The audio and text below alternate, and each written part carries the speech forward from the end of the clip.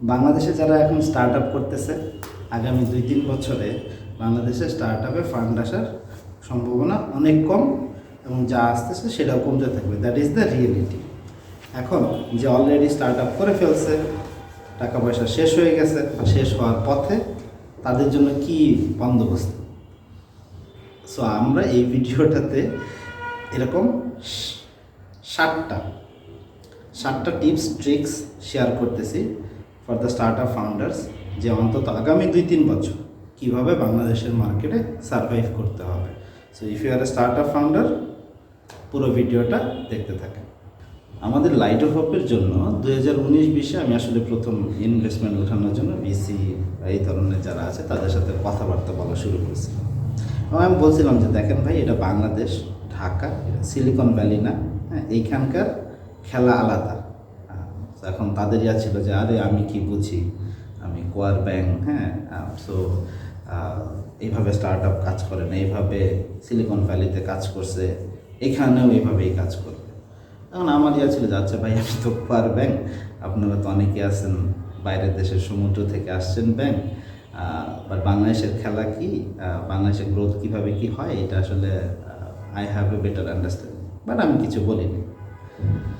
So এখন যেটা হয়েছে যে গত 4-5 বছরে অ্যাটলিস্ট এই ইয়াটা যে দেশি স্টার্ট আপ সিনে, বাংলাদেশের স্টার্ট আপ সিনে অনেক কিছু বদলাইছে, এবং বিশেষ করে কোভিডের পরপর, বিশেষ করে 23-24 এই সময়টাতে যখন স্টার্ট আপ ফান্ড টান্ড সারা পৃথিবীব্যাপী কমে গেছে, অনেকের সুর পাল্টাইছে, না আননেসেসারি গ্রো হওয়া যাবে না, হ্যাঁ,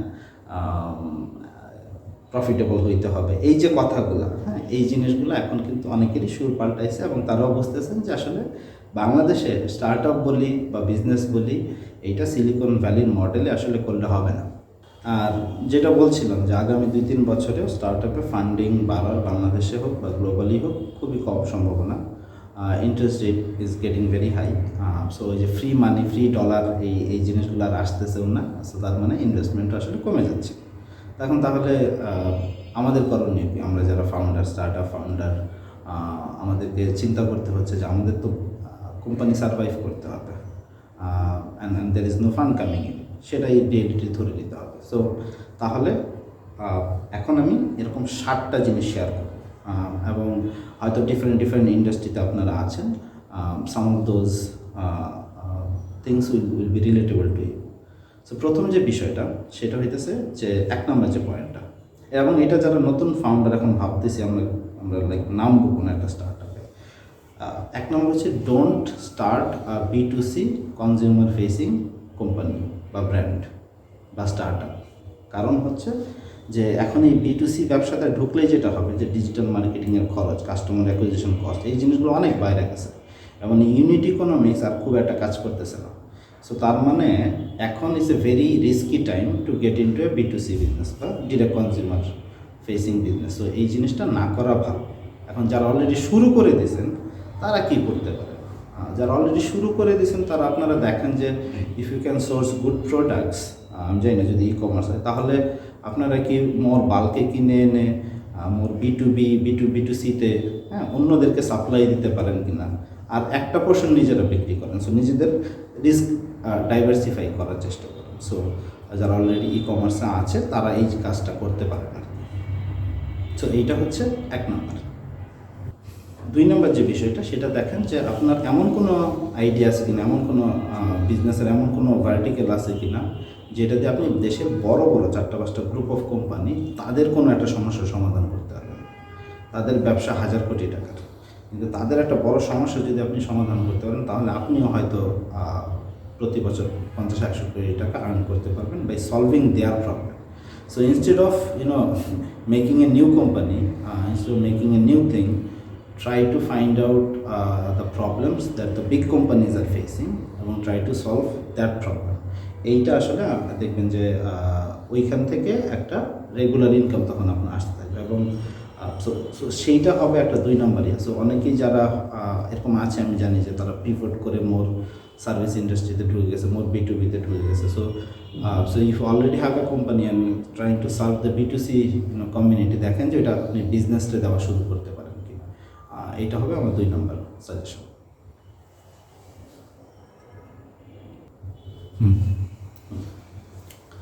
কাস্টমার ধরার পেছনে টাকা বেশি খরচ না করে, মানে কাস্টমার অ্যাকুইজিশনের ক্ষেত্রে বেশি মার্কেটিং খরচ না, আপনি দেখেন যে অন্য কারোর সাথে কোলাবোরেশন করতে পারেন, similar kind of brand, similar target group, তাদের সাথে একসাথে জয়েন্টলি ক্যাম্পেইন করার মাধ্যমে হোক, একজনের ইউজারকে প্রোডাক্ট সার্ভিস অফার করার মাধ্যমে হোক, দেখেন যে কোনোভাবে এই এই এই জিনিসটা আপনি মিনিমাইজ করতে পারবেন।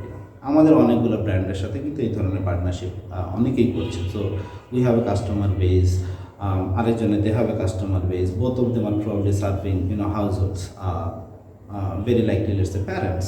সো আমার 1 লাখ ইউজার আছে, আপনার 1 লাখ ইউজার আছে, how can we come together and offer products and services to this 2 lakh combined user. So এখন এই আপনি আবার 1 লাখ থেকে 2 লাখে উঠতে যে আপনি যে খরচটা করবেন সেটা করার তো দরকার নেই।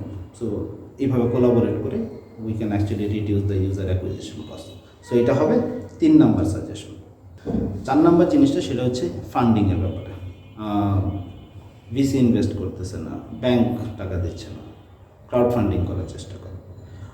বাংলাদেশে এখন অনেকগুলো এরকম স্টার্ট আপ আছে যারা কিনা আসলে ক্রাউড ফান্ডিং রেজ করতেছে। অনেক ইন্ডিভিজুয়াল আছে যারা 5 লাখ 10 লাখ টাকা ইনভেস্ট করতেছে, ডেট ইনভেস্টমেন্ট, এবং একটা হয়তো রিটার্নের বিনিময়ে তারা করছে, not equity investment, debt investment. এই জিনিসটা এক্সপ্লোর করুন, এবং সেইটা থেকে if you have like really good product or service, এটা আপনি একটা ভালো রিটার্ন দিতে পারেন, আপনি জানেন ইউনিট ইকোনমিক্স কাজ করতেছে আপনার, তখন এটা করেন। যদি ইউনিট ইকোনমিক্স কাজ না করে, মানে হইতেছে আপনি 5 টাকার জিনিস বিক্রি করতে যে আপনার 10 টাকা খরচ হয়ে যাচ্ছে, তাহলে এই কাজ করা যাবে না আবার। So if you know you have a very good product, যেটা বিক্রি করলেই লাভ হচ্ছে, যেটা ডিমান্ড আছে, you can actually go for crowd funding. 5 number যে বিষয়টা সেটা হইতেছে, আমি এখন আজকাল যে জিনিসটা বলতেছি যে not just build for Bangladesh, build for global. হ্যাঁ, এবং বিশেষ করে এমন একটা সমস্যার সমাধান করেন যেটা বাংলাদেশের মতো সিমিলার অন্যান্য দেশগুলোতেও অ্যাটলিস্ট আছে। ইউরোপ আমেরিকার সমস্যার সমাধান করার দরকার নেই, বাট জাস্ট আফ্রিকার কোনো একটা দেশের বা আমাদের রিজনাল কোনো একটা দেশের সমস্যার সমাধান করবে। আমার ধারণা যে আমাদের দেশে যে এগ্রোটেকগুলো আছে, they will also do very good, মানে তারা আমি শিওর যে রিজনালি এক্সপ্যান্ড করবে। সো এরকম দেখেন যে if you can build a good product or service for Bangladesh, এইটা বাংলাদেশের বাইরেও এখন আপনি কীভাবে এক্সপ্যান্ড করতে পারেন যেখানে কিনা সিমিলার প্রবলেম আছে। সো একটু লং টার্ম গেম, বাট এখন থেকে সেটা মাথায় রাখেন। ফান্ড রোডের আরেকটা চমৎকার জায়গা হইতেছে আপনার বিজনেস যদি কোনো সোশ্যাল ইম্প্যাক্ট তৈরি করে। সো সোশ্যাল, এবং বাংলাদেশের গ্লোবাল ব্র্যান্ড হচ্ছে আসলে Bangladesh is a country that creates BRAC, that creates গ্রামীণ, is the largest NGO run programs solving social problems. That is Bangladesh's brand actually to a lot of global people. So যেহেতু এইটা Bangladesh is known for this, আপনি দেখেন যে আপনার বিজনেসটা যদি এরকম কোনো একটা সোশ্যাল ইম্প্যাক্ট অ্যাঙ্গেল থাকে, সেইটাকে কীভাবে আপনি ক্যাশ আউট করতে পারেন, এবং সেই সুনামটাকে কাজে লাগায় কিন্তু বেশ অনেকেই ভালো করতেছে। So for example SOLshare have raised quite a bit of impact fund. So আমরা যদি জাস্ট একটু ডিফারেন্টলি দেখি, আমাদের বিজনেসটা থেকে কিন্তু আমরা সোশ্যাল ইম্প্যাক্ট আমরা আইডেন্টিফাই করতে পারবো, এবং সেটার জন্য you can go for grant and fund, যেটা হয়তো আপনার এখন যে ফান্ডিং ক্রাঞ্চিংটা আছে এটা সলভ করতে হেল্প করবে। সো সচেতনভাবে এই ধরনের জায়গাগুলো খুঁজে বের করুন এবং আপনার বিজনেসের সাথে সোশ্যাল ইম্প্যাক্টের একটা কানেকশন ঘটানোর চেষ্টা করুন।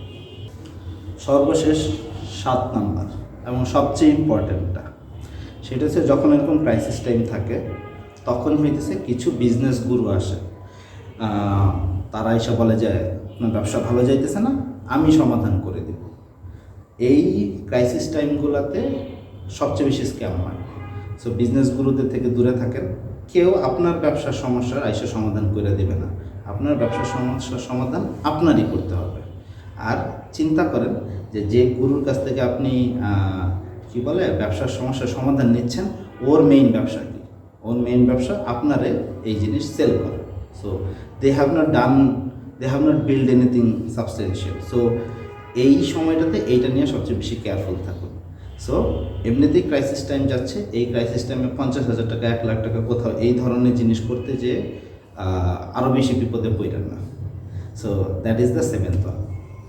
এই ভিডিওটা বেসিক্যালি ইন্সপায়ার্ড বাই শেবার আদনান ভাইয়ের একটা পোস্ট ছিল, এটার নাম ছিল ফরগেট সিলিকন ভ্যালি ফর্মুলা এবং বিল্ড আওয়ার ওন। সো ওনার এই যে রাইট আপটা ছিল ডেইলি স্টারে, সেটার উপরে ভিত্তি করে আমি এরকম একটা পোস্ট লিখছিলাম, সেইটা এখন আমরা ভিডিওতেও শেয়ার করলাম। এবং যারা ওই পোস্টটাও করতে চান আদনান ভাইয়ের, সেটা আমি কমেন্ট সেকশনে দিয়ে দিলাম। সো ওইখানে আদনান ভাই আরও ভালো মতো জিনিসগুলো এক্সপ্লেইন করছে যে আমাদের আসলে কী করা উচিত, আমাদের দেশি ফর্মুলা কেমন হওয়া উচিত। সিলিকন ভ্যালির ফর্মুলা একরকম, সো বিকজ ঢাকার ফর্মুলা আর সিলিকন ভ্যালির ফর্মুলা এক কাজ করবে না। সো আশা করি আপনারা যদি এই 7টা যে জিনিস শেয়ার করলাম, টিপস ট্রিক্স, এই ক্রাইসিস টাইমগুলোতে হয়তো আপনাদেরকে কিছুটা হেল্প করবে। আমার ক্ষেত্রে বেশ কয়েকটা আমি নিজে ইমপ্লিমেন্ট করেছি, আমাকে হেল্প করেছে, আশা করি আপনারাও করবেন।